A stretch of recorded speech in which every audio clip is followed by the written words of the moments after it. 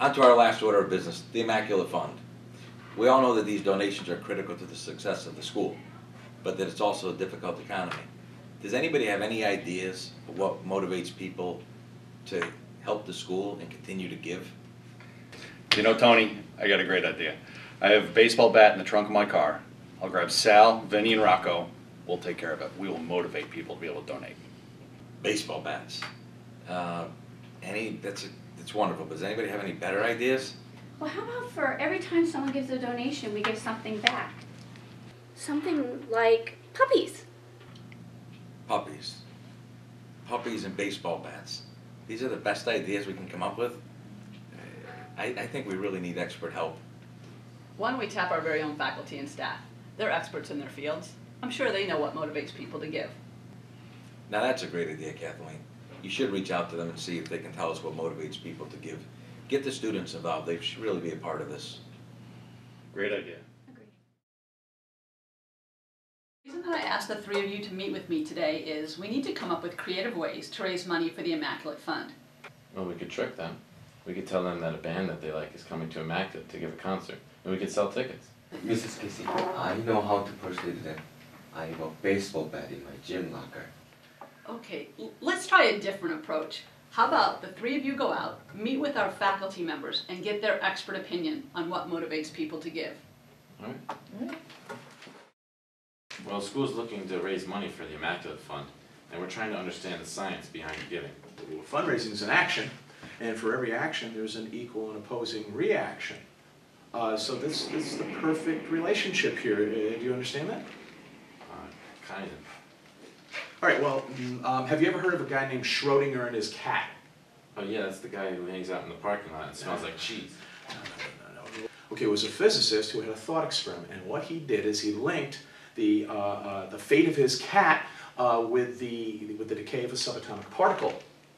See, what it is that you can't give without not giving.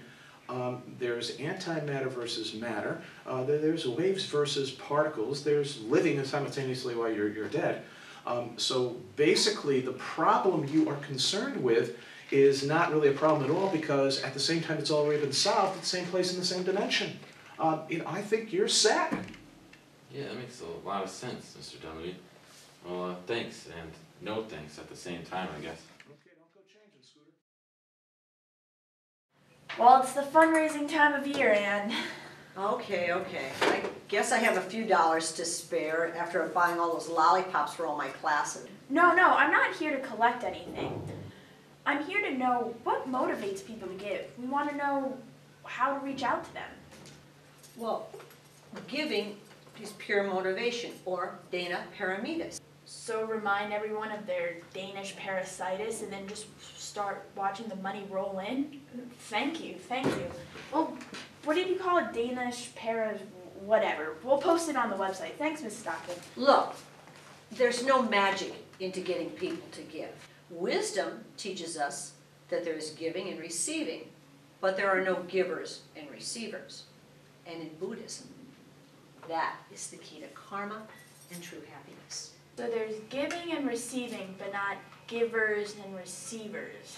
Well, fundraising is going to be really fun with no givers. Anyways, thanks, Mrs. Stockman. Hi, Mr. Plump. No, I'm here for something else. Mrs. Casey asked us to help with raising money for the Immaculate Fund this year. I need to know what motivates people to give. You want to know about giving? See those? That's giving. Giving's about hard work. And it's about bruised ribs and bruised egos and grime underneath your fingernails. And if that's not enough, I know something else that'll work. Personal pride? No, baseball bats. Hey, Coach, that was my idea too. I like the way you think, Jen. Come on. Well, each of you has consulted with our resident experts. What have you found out about giving? That Mrs. Stockman hasn't had a raise in over 5 years, and she spent all of her money giving lollipops to her classes. Mrs. Casey, do you know a guy named Schrodinger? Oh, is that the guy that hangs out in the parking lot and smells like cheese? That's what I thought too, but no, anyway, he's this guy who had this cat, and he couldn't figure out if his cat was alive or dead. So if you want people to donate, you should just ask the people who own cats. And what does that have to do with giving? Miss Casey, if you really want people to give, there's these like Danish parasites, and there's 6 of them. And if you can get the Buddha to give you these parasites. That's what you got out of your discussion with Mrs. Stockman? Well, no, I also got this. Oh, I'm going to take some time and give it some more consideration. Thank you so much. Well, I think that went pretty well. Me too. Woo! Oh, I'm so confused. Why can't this fundraising just magically happen? Well, it doesn't happen that way. Father, what are you doing here?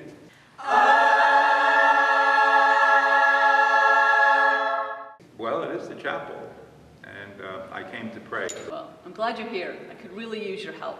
It's time to raise money for the Immaculate Fund, and I don't know what I'm going to do. Well, you know, it's quite simple.